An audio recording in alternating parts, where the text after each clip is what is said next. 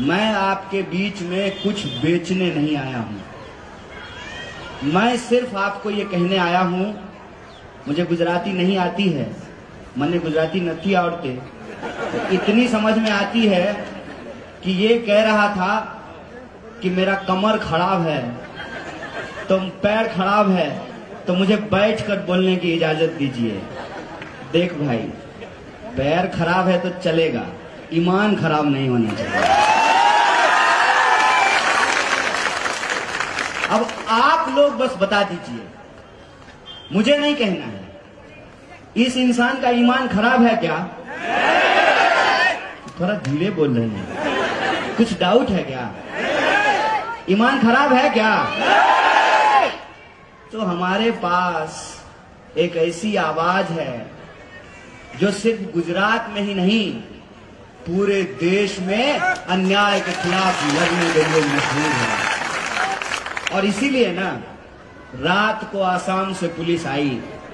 सिर्फ गुजरात की police I love you नहीं बोलती है, आसाम की पुलिस भी आजकल इसको इलू इलू बोल रही है। आदरणीय प्रधानमंत्री जी की कृपा रही, जय शाह के पप्पा का मोहब्बत अगर इसी तरह से हम लोगों को मिलता रहा तो आसाम क्या 7 मुल्कों की पुलिस ढूंढेगी भाई साहब। क्या है ना कि 2 तरह के लोग हैं।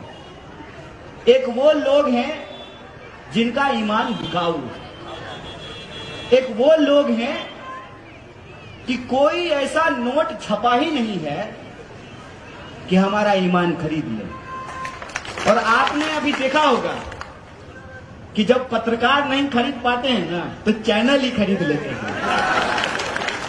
ठीक है, कहते हैं कि दौर होता है हर चीज का। जब यहां पे माउंटबेटन आया था ना, तो उसको नहीं लगता था कि ब्रिटिश राज कभी समाप्त होगा। जब लॉर्ड कर्जन आया था, तमाम जब अंग्रेज के अफसर आए थे, घोड़े पे चलते थे ना, तो उनको अंदाजा नहीं था कि नंगे पांव चलने वाले लोग, खाली बदन अपने खेतों में खून पसीना बहाने वाले लोग किसी दिन उससे डरना बंद कर देंगे और उनके टैंक के सामने खड़ा होकर के कहेंगे, अंग्रेजों भारत छोड़ो, हमको स्वराज चाहिए। होता है, लगता है, जब आपको सत्ता मिल जाती है ना, तो अहंकार हो जाना स्वाभाविक है।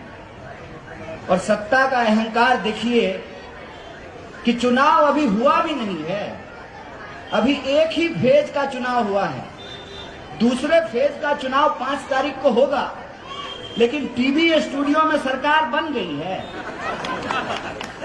जय शाह का पप्पा जो है घूम घूम करके मंत्रिमंडल बांट रहा है। जिस भी एमएलए के प्रचार में जाता है, कहता है, गुजरात के मेरे भाइयों बहनों, इसको एमएलए बना दीजिए, हम इसको मंत्री बना देंगे। अरे पहले सरकार तो बना लो भाई, फिर न मंत्री बनाओगे।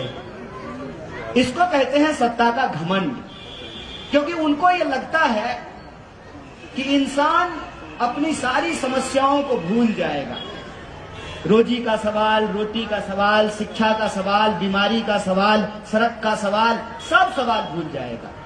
अगर इंसान को उसकी भावना भड़का करके, उसके मन में नफरत पैदा करके, उसके मन में डर पैदा करके अगर इंसान को आपस में लड़ा दिया जाए, तो लोग रोजी रोटी का सवाल भूल जाएंगे। ऐसा काम हो रहा है, ऐसा काम पिछले 27 साल से हो रहा है।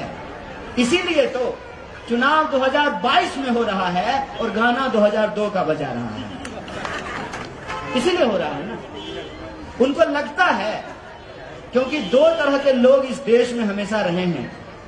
एक वो जो सत्ता के सामने सच के लिए आंख में आंख डाल करके सवाल करते हैं और घुटना टिका करके अड़ करके खड़ा हो जाते हैं।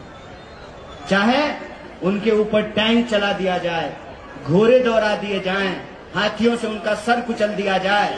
और आजकल तो हम लोग साइंटिफिक टेक्नोलॉजिकल रेवोल्यूशन में जीते हैं ना, तो आजकल नकली वीडियो बना करके लोगों को जेलों में ठूस दिया जाता है। ये होता आया है, लेकिन दूसरे वो लोग भी होते हैं जो सत्ता के साथ चाय पे चर्चा करने लगते हैं।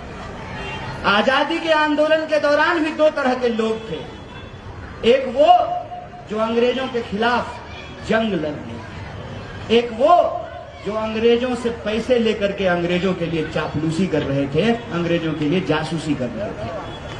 आज 21वीं सदी में 2022 में भी दो तरह के लोग हैं। एक वो हैं जो लोभ और डर के चलते सत्ता के साथ हाथ मिला लेते हैं। दूसरे वो लोग हैं जिनका ईमान बिकाऊ नहीं है, इसीलिए वो सत्ता के आंख में आंख डाल करके सवाल पूछते हैं कि रे भाई, परिवारवाद पे भाषण देते हो तो ये बताओ कि अमित शाह के बेटे को बीसीसीआई का सेक्रेटरी क्यों बनाए हो? ये बताओ कि 45 साल में देश में सबसे ज्यादा बेकारी क्यों है? ये बताओ कि 22 बार गुजरात के अंदर प्रश्न पत्र लीक क्यों हुआ है? ये बताओ कि जब देश में महामारी फैली हुई थी तो अहमदाबाद के सिविल अस्पताल में लोगों को ऑक्सीजन सिलेंडर क्यों नहीं मिल रहा था? ये बताओ कि किसानों को क्यों आत्महत्या करनी पड़ती है, क्यों उनके फसल का दाम नहीं मिलता है? ये बताओ कि नोटबंदी करने के बाद आपने वादा किया था कि भ्रष्टाचार रुक जाएगा, भ्रष्टाचारियों को पकड़ा जाएगा, सरकार जब आएगी तो काला धन आएगा, सबके खाते में 15 लाख पहुंचाया जाएगा। कितने लोगों के खाते में 15 लाख पहुंचाया?